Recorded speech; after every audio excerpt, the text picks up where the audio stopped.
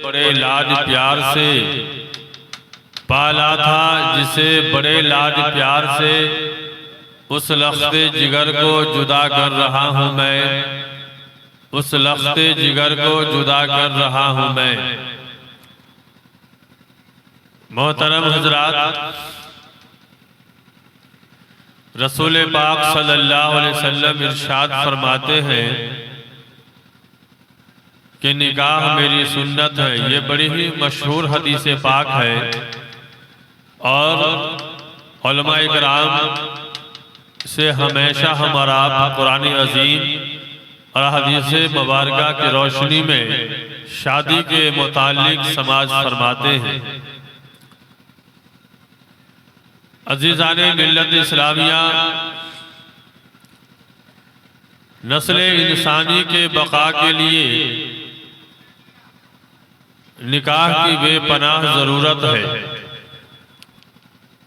और निकाह के बाद इंसान बहुत सारे गुनाहों से बच जाता है। इसलिए आप जब शरीयत का मुताला करेंगे, कानून इलाहिया का, तो आपको अच्छी तरह मालूम होगा और ये हदीस पाक है कि रसूल पाक सल्लल्लाहु अलैहि वसल्लम इरशाद फरमाते हैं कि निकाह को इतना आसान कर दो कि बुराई खत्म हो जाए, ज़ना करना दुश्वारी हो जाए। आसान करने का हुक्म दिया गया, इतना आसान किया जाए जिस निकाह को जितना हम आप खर्चीला बनाते हैं।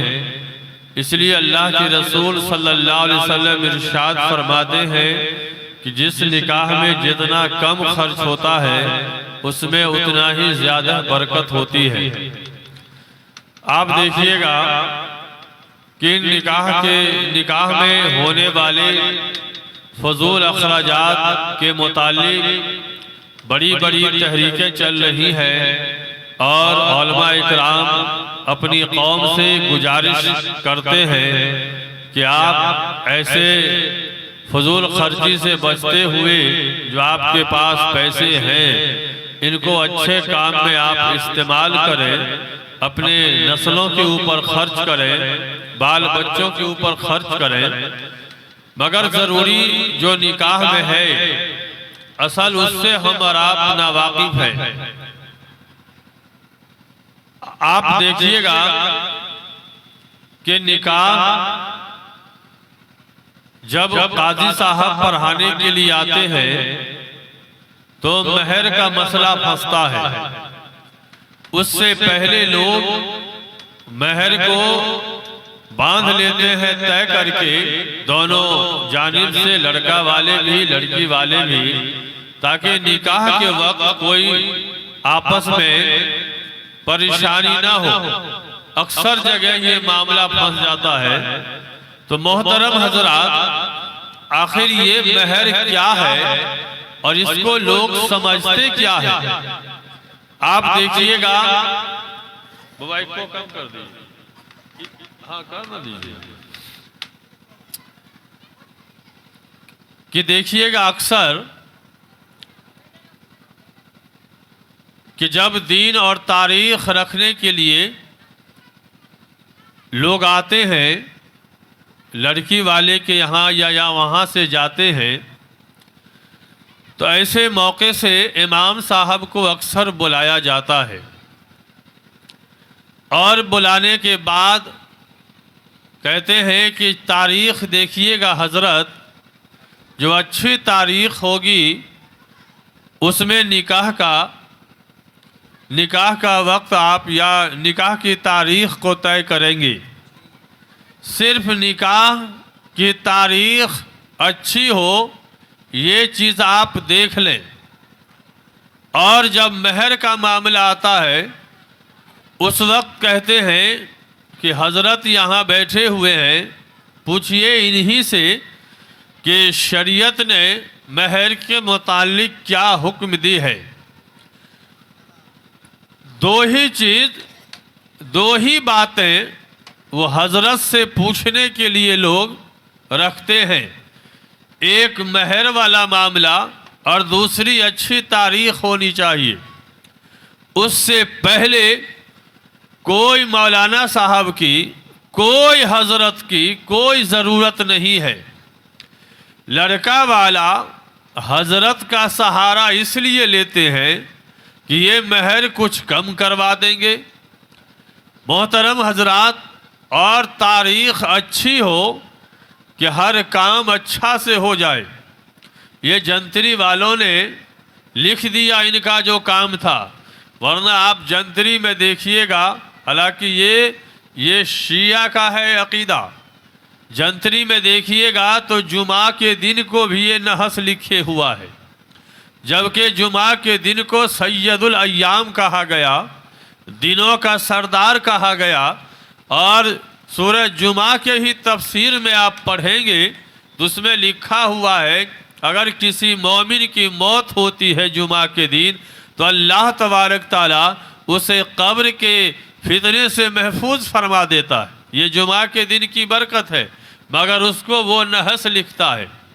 तो मोहतरम हजरात, होना तो ये चाहिए था कि मौलाना साहब, हम बेटा की शादी करने जा रहे हैं हजरत, हमको सबसे पहले आप ये बता दें कि इस्लाम या शरीयत शादी ब्याह के मुतालिक क्या हुक्म देता है, इसी के मुताबिक हम अपना सारा काम करेंगे शादी ब्याह के रसूमात। उससे पहले मौलाना साहब को याद नहीं करते हैं। जब महर कम करना हो तो पूछिए बैठे हुए हैं कि शरीयत में इतना महर कहाँ लिखा हुआ है। मोहतरम हजरात, जब नजराने की बारी आई तो पूछिए कि शरीयत में कहाँ लिखा हुआ है। अरे महर तो शरीयत में इस तरह से लिखा हुआ है कि आपको मालूम ही नहीं है। जब दोनों तरफ से ये बात चलती है, बेटी वाले चाहते हैं कि पैसा ज़्यादा नकद लिया है तो कुछ ज़्यादा हम महर बंधवा दें, बेटा वाला ये चाहता है कि जितना कम हो।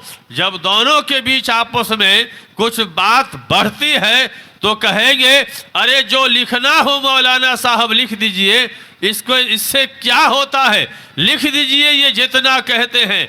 यानी पहले ही ये नियत कर लिया कि जितना लिखना हो लिख दीजिए, यहाँ तो अदा करना है ही नहीं, देना तो है ही नहीं। मोहतरम हजरात, एक तो बेटा को फंसा दिया आप मुझसे नकद लेकर, और एक कर्जदार बना दे रहे हैं, इतना ने महर चढ़ा दिया कि ये दे नहीं पा रहा है। तो लगता है कि इसका मसला हम नहीं जानते हैं। वो बीवी का असल हक है, वो बीवी का हक है। देखिएगा अक्सर जब रूह निकलने वाली होती है तो चंद औरतें जाती हैं, पकड़ के ले जाती हैं उनके करीब, और इनका महर माफ़ कर दीजिए। तो उस तरह से महर माफ़ थोड़ी होता है। महर का मसला समाज फरमाइए आप। महर अगर कोई बीवी का अदा नहीं किया तो क़यामत के दिन बीवी मुकदमा करेगी अल्लाह की बारगाह में, और उसके शौहर को बुलाया जाएगा। शौहर से कहा जाएगा कि इसके महर को अदा कीजिए। अब यहाँ दुनिया में पैसा है तो ये अदा नहीं कर पाया, वहाँ कहाँ से पैसा आएगा? क़यामत के दिन पैसा कहाँ से आएगा? तो कहा जाएगा कि इसके महर को अदा करें। तो वहाँ कहाँ से पैसा आएगा कि मौला यहाँ किस चीज़ से अदा करें?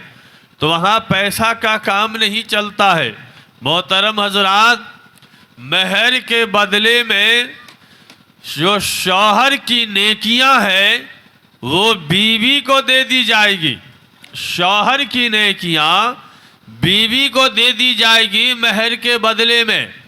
अगर उससे भी महर अदा नहीं हुआ तो जो बीवी का गुनाह है वो शौहर के नाम अमाल में लिखा जाएगा।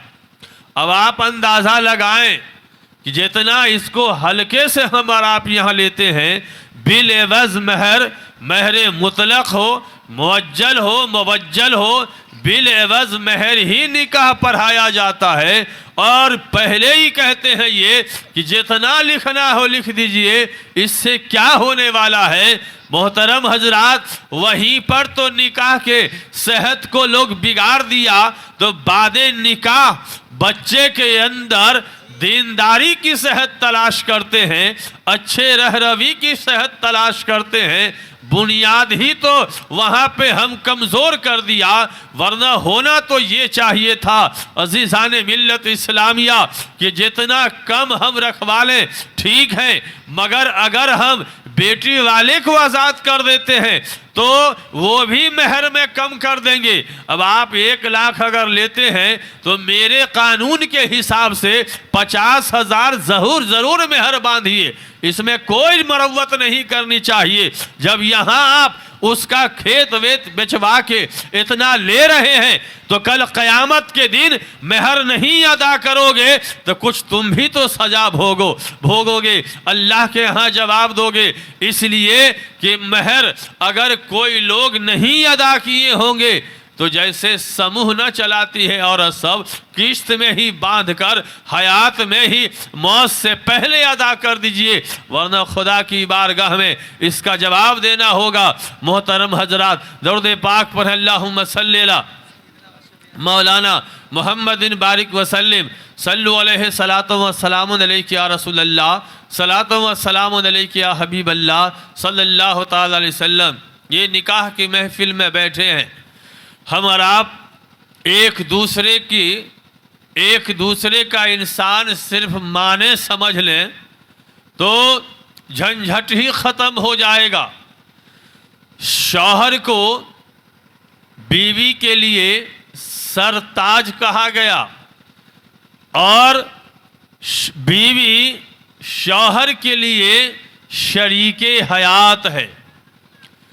एक दूसरे सिर्फ माने समझ लें कि मेरे शौहर का क्या शान है, मेरे सामने क्या मकाम है, और शौहर समझ लें कि ये मेरी शरीके हयात है।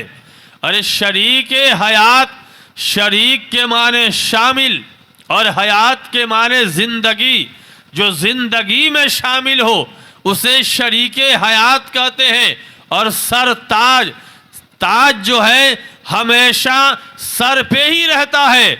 आप देखिएगा कि जिस बादशाह को सर पे ताज मिल गया वो उतारना नहीं चाहता है, वो अपने ताज को नीचे नहीं करना चाहता है, चाहे जितनी नस्लें कट जाएं, जितनी गर्दनें कट जाएं, वो अपने सर के ताज को सर पे ही रखना चाहता है। मोहतरम हजरात, तो शौहर बीवी ये समझ ले कि ये मेरे सर ताज हैं, ये मेरे सर के ताज हैं, इनकी इज्जत से हमारी इज्जत महफूज रहेगी। मोहतरम हजरात, इस ताज को हमेशा हम सर के ऊपर रखें तो मोहतरम हजरात ये दोनों की इज्जत बरकरार रहेगी। और शौहर ये समझे कि ये बीवी है, ये मेरी शरीके हयात है, यानी और इसको जरा आसान करके समझे, शरीक के माने शामिल और हयात के माने जिंदगी। जिस तरह से रूह और जिस्म के मिल्लत का नाम जिंदगी है, जहां दोनों में नाइत्तेफाकी हो गई वहीं पर इंसान की मौत हो जाती है। तो मोहतरम हजरात, अगर शौहर जिस्म की हैसियत रखते हैं तो बीवी रूह की हैसियत रखती है, अगर बीवी जिस्म की हैसियत रखती है तो शौहर रूह की हैसियत रखते हैं। जिस तरह से अगर जिस्म में और रूह में नाइत्तेफाकी हुई, एक दूसरे में जुदाई हुई, वहीं पर इंसान की मौत हो जाती है। इसी तरह से जहां मियां और बीवी में नाइत्तेफाकी हो जाती है तो मोहतरम हजरात तरक्की के सारे दरवाजे बंद हो जाते हैं, तरक्की के गाड़ी साफ बंद हो जाती है। इसलिए हर कोई ये समझे कि ये मेरी रूह की हैसियत रखती है, अगर ये मेरी जिंदगी से निकल गई तो हम बेजान हो जाएंगे। और हर बीवी ये समझे ये मेरे शौहर है, ये मेरे सर के ताज है। अल्लाह अकबर, जब ये सर का ताज इनके सर पे रहेगा तो सर का ताज जिसके ऊपर होता है उसे तो बादशाह कहते हैं, उसे राजा खदीजा कहते हैं, ऐ मेरी माँ और बहनों, ऐ बीवियों, इस तरह से आप रहे कि आपके शौहर का ताज जब सर पे रहेगा तो वो राजा रहेगा तो आप रानी बन के रहिएगा, वो राजा होगा तो आप रानी होगी। अगर जहां सर के ताज डगमगा गए तो वो राजा ही नहीं रहा तो आप रानी से कहां बन सकती है। इसलिए मोहतरम हजरात, एक दूसरे की इज्जत में एक दूसरे की इज्जत छुपी हुई है। ये तो नजरिया हमारा गलत हो गया है कि लोगों ने अपने हिसाब से सोच साच लिया कि वो आई है तो ये है वो है या लड़का है, इस तरह नहीं। मोहतरम हजरात, एक दूसरे के मानी को समझें और उसकी कदर करने की कोशिश करें।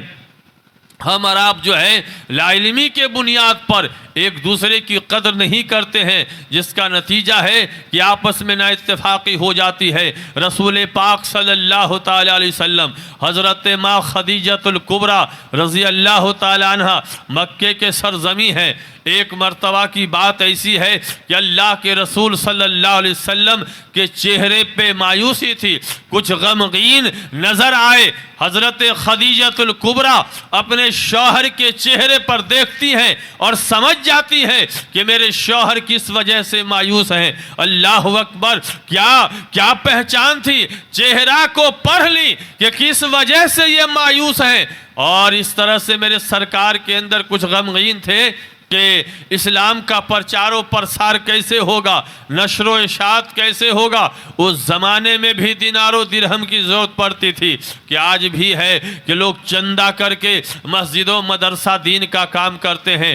हज़रत खदीजतुल कुबरा कहती हैं कि या रसूल अल्लाह, आप जाएं और मक्का के सरदारों को बुला के ले आएं। रसूल पाक सल्लल्लाहु अलैहि वसल्लम जाते हैं और मक्का के सरदारों को बुला के लाते हैं। जब तक हज़रत खदीजतुल कुबरा सारा माल इकट्ठा कर लेती है, वहाँ पर इनसे ज़्यादा कोई बड़ी दौलत वाले नहीं थे, सरमायादार कोई नहीं था।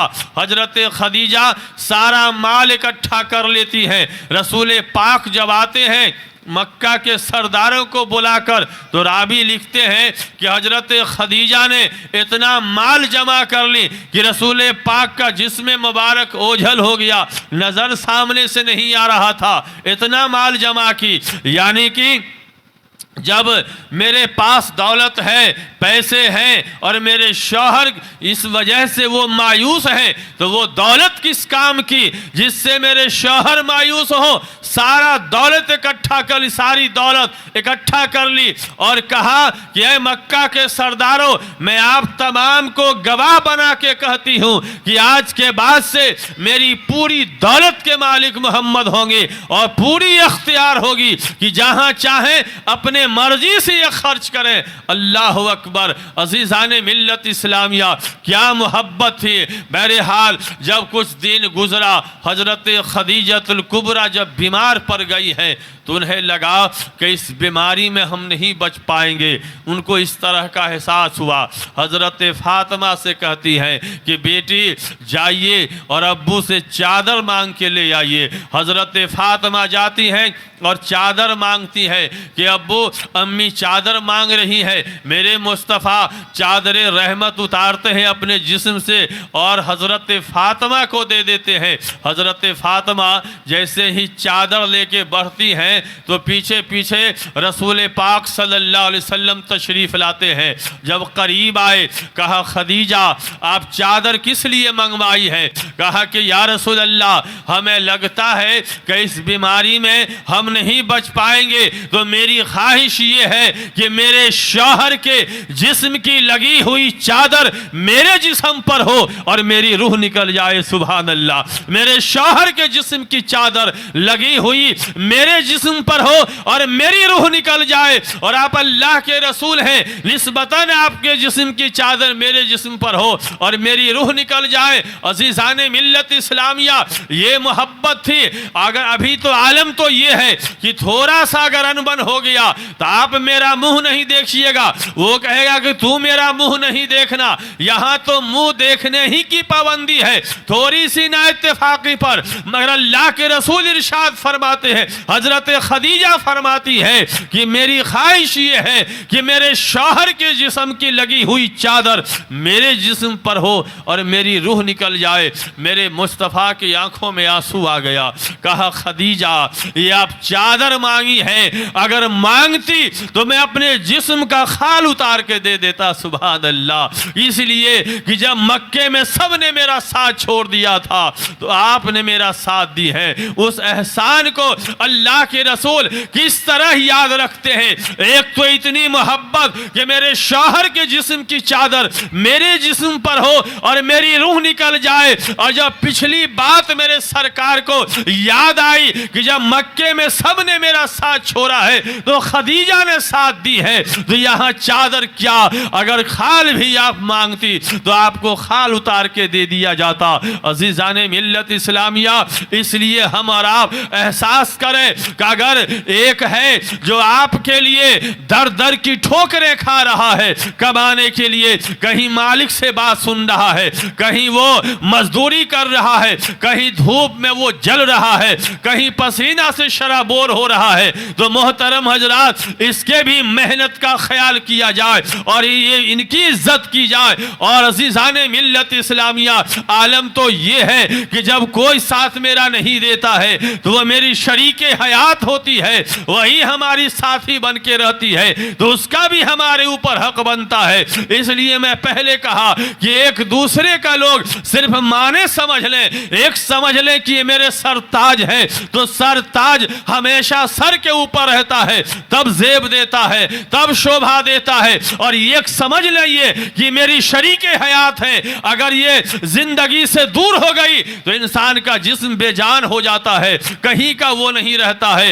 एक दूसरे में इज्जत छुपी हुई है, एक दूसरे में ही मोहतरम हजरात तरक्की के सारे दरवाजे खुले हुए हैं। जहां आपस में हम और आप थोड़ी सी नादानी कर देते हैं तो घर का घर उजड़ता हुआ नजर आता है। दरूद पाक पर अल्लाहुम्मा सल्ली अला मौलाना मोहम्मद बारिक वसल्लम सल्लु अलैहि सलातो व सलाम अलैका या रसूल अल्लाह सलातो व सलाम अलैका या हबीब अल्लाह सल्लल्लाहु ताला अलैहि वालिहि वसल्लम।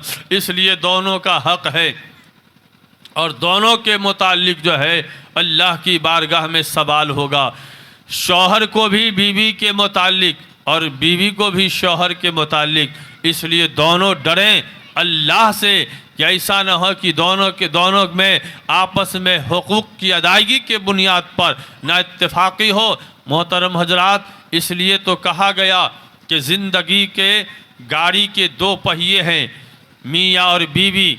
मगर इस ज़माने में क्या है कि एतमाद इंसान को उठता चला जा रहा है।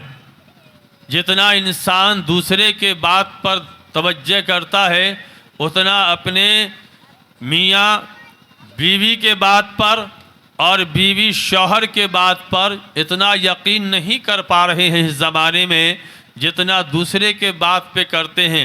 मोहतरम हजरात, अजीज़ान मिल्लत इस्लामिया, और यही बहुत सारे नाइत्तेफाकी का जड़ इस ज़माने में बनता चला जा रहा है। आपको मालूम होगा कि अगर किसी ने धोखे से सिर्फ कह दिया कि फ़लाँ तेरे बीवी को हम किसी से बात करते मोबाइल से देखा है, हो गया अब यहीं से ड्रामा शुरू।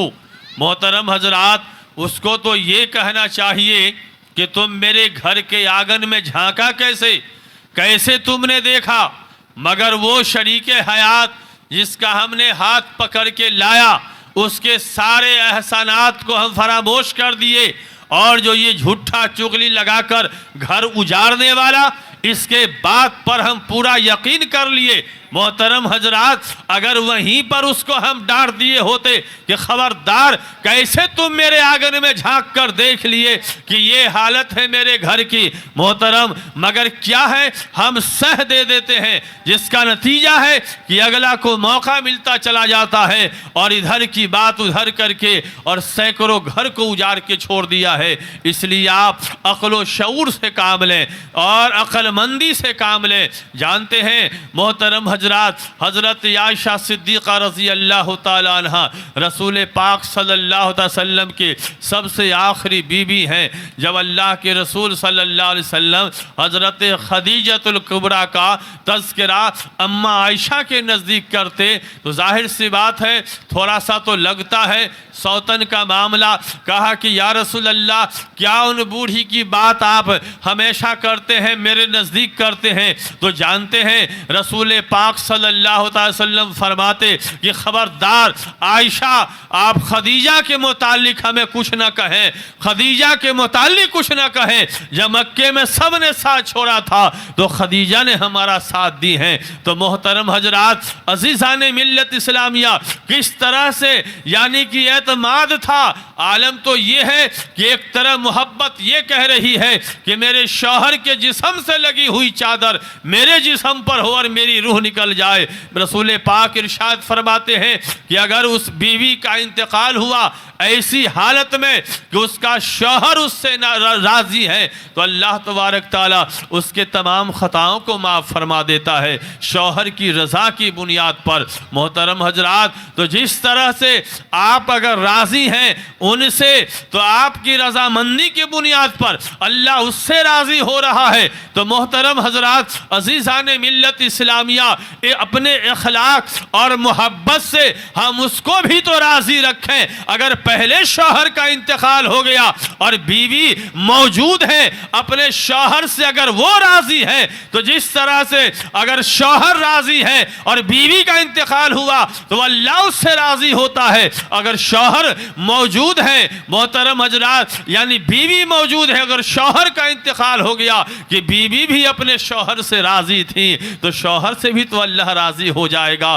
तो एक दूसरे आपस में इत्तेफाक व इत्तेहाद और मिल्लत की बुनियाद पर अल्लाह की रज़ा का ये सामान है, ये जरिया है। इसलिए हमेशा ये कोशिश करें कि अपने चार दीवारी के अंदर के बाद खुदा के वास्ते सड़क पे नहीं जाए। मगर हमारा आपका ये आलम ये है कि घर में क्या हुआ, वो चाय के दुकान में जब तक इसका तज़किरा नहीं हुआ तो उस वक्त तक दाना नहीं पचता है। फलाना के घर में ये हो गया, उसके बहू से ये हो गया, उसके घर में ये हो रहा था।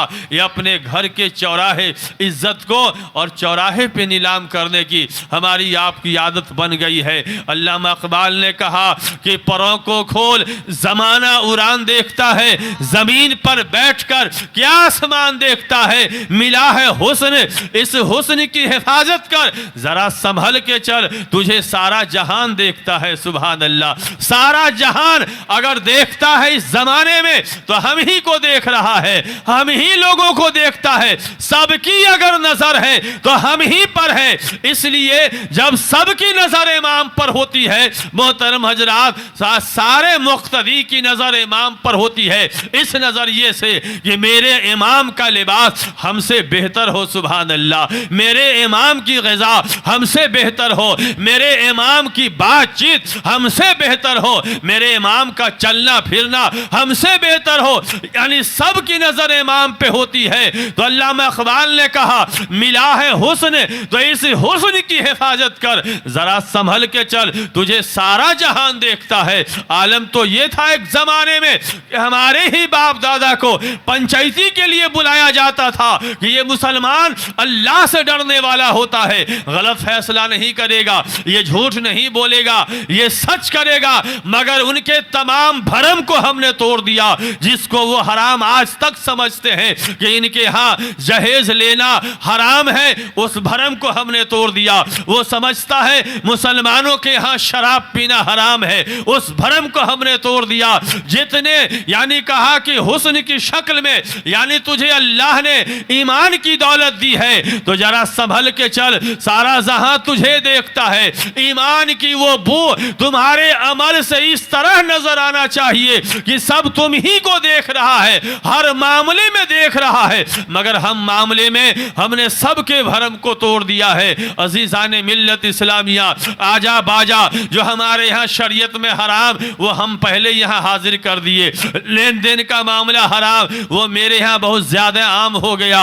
मोहतरम हजरात, शराब हराम तो शादी में शराब पीकर हम डांस करने वाले हो गए। तो अजीजान मिल्लत इस्लामिया इस्लामिया, आलम तो ये था, ये कौम इमामत के लिए आई थी पूरी दुनिया के कौमों की, इसलिए कहा जो हुस्न तुझे मिला है उस हुस्न की हिफाजत कर, जरा संभल के चल, तुझे सारा जहान देखता है। हजरत इमाम आजम अबू हनीफा रहमतुल्लाह ताला अलैहि के सामने से एक शराबी गुजर रहा था और लड़खड़ा रहा था। कहा बेटा जरा संभल के चल, यानी फिसल जाओगे, गिर जाओगे, चोट आ जाएगी। वो शराबी ने पलट के कहा हुजूर अगर हम फिसलेंगे तो तन्हा फिसलेंगे, आप नहीं फिसलिएगा, अगर आप फिसल गए तो सारा जमाना फिसल जाएगा, सारा जहां फिसल जाएगा। पता ये चला कि हमें देखकर दूसरे को सबक देने के लिए हमारा बने थे, सीखने के लिए और सिखाने के लिए, मगर हम तमाम हद को पार करके हुए चले जा रहे हैं। दरूद पाक पर अल्लाहुम्मा सल्ली अला मौलाना मुहम्मदिन बारिक वसल्लम सल्लु अलैहि सलातो व सलामुन अलैका या रसूल अल्लाह, सलातो व सलामुन अलैका या हबीब अल्लाह सल्लल्लाहु ताला अलैहि वसल्लम। आज देखिए हमारा और आपका क्या आलम है। आप खलीफा हारून रशीद और जुबैदा का बड़ा ही एका पर एक मशहूर वाक़या जो समाज फरमाते हैं, जानते हैं आज आलम ये है कि हम घरों में दर्स देना बंद कर दिए, बच्चे के पास हम वक्त देना बंद कर दिए, जिसका नतीजा ये हो गया कि सब मेरे हाथ से निकलते चले जा रहे हैं। अजीज़ान मिल्लत इस्लामिया, जानते हैं जुबैदा का जब इंतकाल हुआ तो किसी का अल्लाह का बहुत बड़ा फजल रहा, तो कहा कि इसलिए तो रहेगा ही कि आप नेक खातून थी, 100 हाफिजा अपने ज़माने में वो रखकर वो घरों में तिलावत करवाती थी, नहरें खुदवा दी थी और कुआं जो है पानी पीने के लिए खुदवा दी थी गरीबों के लिए। आलम ये हुआ इतनी नेक खातून थी मोहतरम हजरात, तो कहा क्या हाल हुआ आपका? कहा कि अल्लाह का फजल रहा। कहा फजल तो रहेगा ही, क्या कि आप बड़ी नेक खातून थी, इतने अच्छे अच्छे काम की हैं। कहा अल्लाह ने कहा कि जुबैदा मैं दौलत नहीं देता तो आप नहर कहाँ से खुदवाती, आप कुआं कहाँ से खुदवाती? तो अल्लाह की बारगाह में मेरी सिर्फ एक नेकी कबूल हुई जिसकी बुनियाद पर हमारी मगफिरत हुई। आलम यह था कि हमें जोर से भूख लगी हुई थी और जैसे ही हमने लुकमा जो है अपने प्लेट से मुंह के करीब लाना चाह रही थी, मेरा सर खुला हुआ था, मस्जिद से अजान की आवाज आई तो मैंने लुकमा रोक लिया है, पहले अपने सर को ढाका है। अल्लाह तबारक ताला को यही अदा पसंद आया कि मेरे नाम की मोहब्बत में इसने लुकमा बाद में खाई है और मेरे नाम के एहतराम में इसने पहले अपने सर को ढाका है। ये नेकी हमारी कबूल हुई जो अल्लाह की बारगाह में यानी जो हम यही नेकी हमें अल्लाह की बारगाह में काम आई। अजीज़ान मिल्लत इस्लामिया, आलम तो ये है कि ऐसे मौके से देखें और जायजा लें हम लोग अपने अपने घरों का, अपने अपने घरों की खातून का, बेटी और बहन का, इसलिए हम उसे दर्स दें, उसे सबक दें कि यानी कि सर पे दुपट्टा हो, ये पहचान हमारी है अजीज़ान मिल्लत इस्लामिया। मगर धीरे धीरे वो मुफलर बन के रह गया है, वो दुपट्टा अब गमछा का काम करता है। जो लोग कांधा पे रखता था ये मर्द लोग रखते थे, अब मेरी घर की बेटियां रखती हैं, मेरी बहन रखती है, मेरी बीवी रखती है और हम और आप ये फख्र वहां दिखाते हैं कि कम से कम लोगों के बीच में इस तरह से वो नजर आती है अजीज़ान मिल्लत इस्लामिया। इसलिए हम और आप अपने आदतों अतवार में चेंजिंग लाएं और बच्चे के बीच हम कुछ वक्त देकर सीरत फातिमा उसको बैठ के सुनाएं, हजरत आयशा सिद्दीक़ा रज़ी अल्लाह ताला अन्हा की सीरत सुनाएं,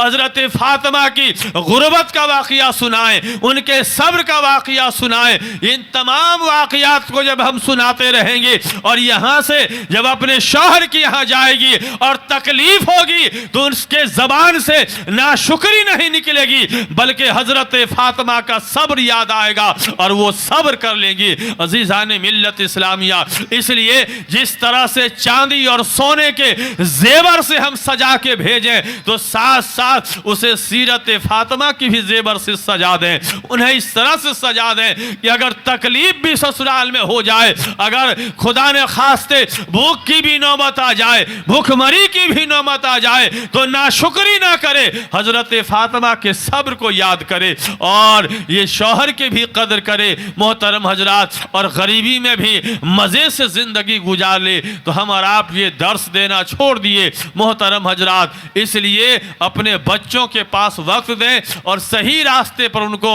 लाएं, ताकि शादी से पहले इस तरह से उसको सजा दें कि ये असरात शादी के बाद उनको ससुराल में देखने को मिले। अस्सलामु अलैकुम व मा अलैना इल्लल बलागुल मुबीन।